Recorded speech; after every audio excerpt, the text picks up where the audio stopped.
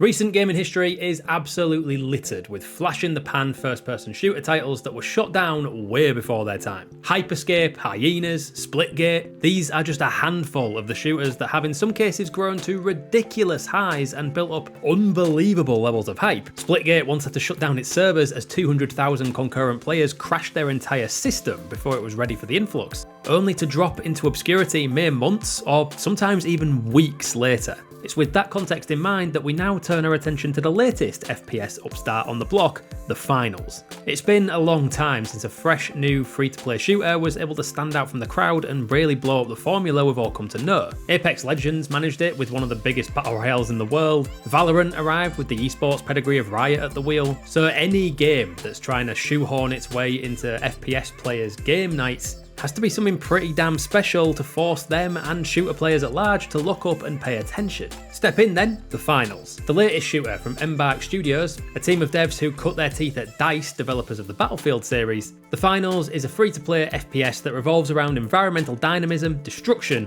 and player freedom. They sound like your bog standard PR buzzwords, I know, but from everything the beta has delivered so far, it turns out those buzzwords are pretty bang on. You play as a contestant in the finals, a violent game show where competitors fight it out for fame, fortune, and obviously seasonal sponsors. It's not hard to see the fingerprints of the Hunger Games and Squid Game all over this kind of thing, but that's not a bad thing, the premise works. And so, it seems, at least so far, does the finals. It's the next big thing on Steam right now as hundreds of thousands have flocked to the beta to try out the destructible maps and high-octane gunplay that anyone who has ever worked for DICE will be well versed in. And all of this is even more impressive because the game isn't actually out yet, hence the beta. And it's managed to climb its way to the very top on the Steam top wish-listed leaderboard, beating long-standing top-of-the-table games like Hades 2, Hollow Knight Silksong, and more. Not bad going for what could have turned into a very run-of-the-mill shooter in an already incredibly saturated market. Because there's no doubt there's demand for new and innovative shooters. Although it does have to be said that you do well to pick out more success stories than failures on the FPS battlefield over recent years. For every Valorant, there's a HYENAS, and for every Apex, a Hyperscape.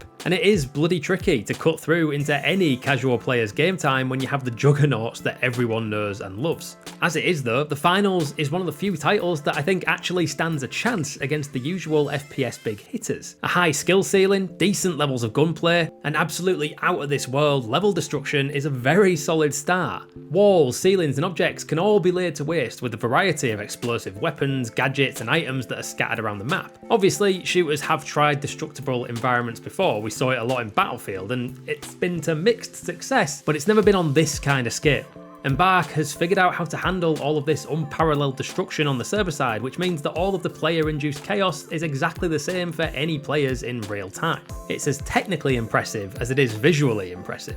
But map destruction and slick gameplay aside, ultimately it'll be judged by how well it adapts to the live service formula. Players in the beta have already mostly worked out which weapons are the meta for each class, which suggests a bit more variety in the guns available might not be a bad shout, and some new maps and game modes will definitely add a bit of spice to the mix. The sheer dynamism the finals maps have working for them, from time of day cycles to random game show events that shake up the flow of a match, means that every single new map they release will have a ton of replayability as players work out the best way to traverse and mess with enemies on the fly. So even if the weapon or class meta goes a bit stale, there is at least the potential for some big map shenanigans as the game develops. For now though, what the future of the finals holds is entirely in Embark's hands. They've attracted the attention of the FPS community at large, and now they have to find a way to hold on to it. Judging from the remnants of the many shooters to fall before it on the battlefield for FPS supremacy, that is a lot easier said than it is done.